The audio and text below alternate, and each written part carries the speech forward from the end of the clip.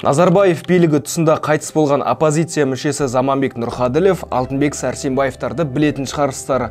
Бірақ айтайын деп отырғанымыз бұл емес.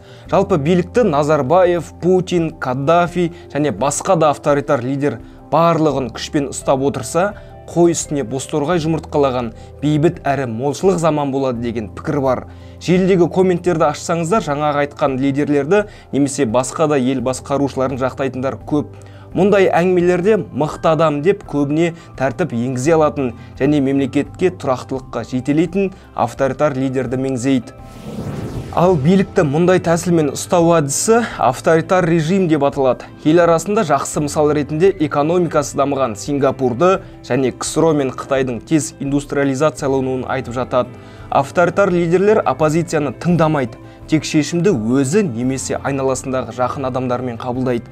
Тіпті олардың қарсыластары жұмбақ жағдайда қайтыс болып та жатады. Неліктен авторитар режимнің қауіпті екенін, ал демократияның ұтымды тұсы көп екенін түсіндіріп көрейік. Бір қарағанда бәрі жақсы секілді болуы мүмкін. Былай жасайық. Тиімділік жөнінде денсаулық сақтау саласы бойынша, коррупция және бәріміздің басымыздан өткен COVID-19 пандемиясы бойынша екі режимді салыстырып көрсек. Бізде білесіздер, әкімдер, министрлер Қазақстанды әлем елдерімен салыстырып түкке тұрғысы жоқ рейтингтерді айтады.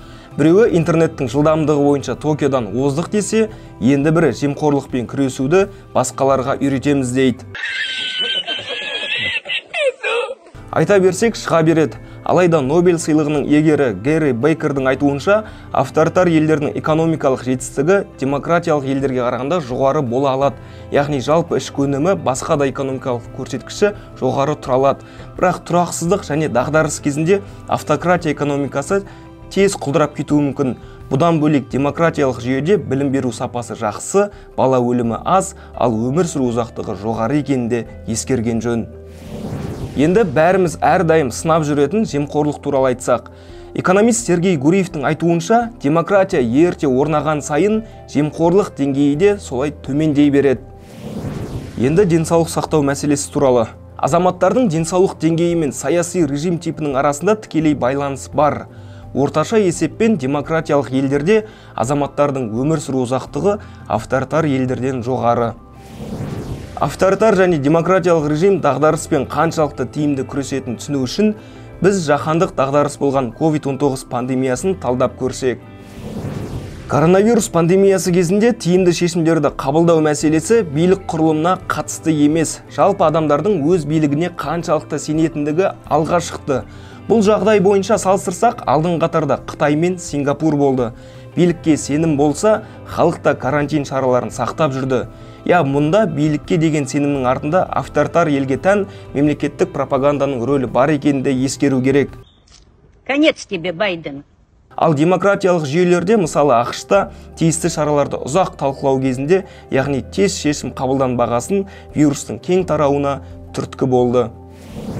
Енді қылмыс деңгейіне тоқталсақ, біз қарастырған зерттеулерде қызық тренд байқалды. Адамды қасақана өлтіру мен қауіп деңгейі толықтай демократиялы елдер мен авторитар мемлекеттерге қарағанда демократиялық жүйеге енді ғана өтіп жатқан мемлекеттерде көп.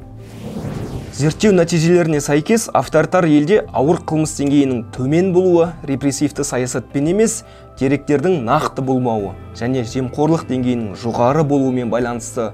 Бұл қылмыскерлерге жазадан құтылуға мүмкіндік береді және қылмыстар азаматтар мен әлеуметтанушылардың назарына іліне бермейді.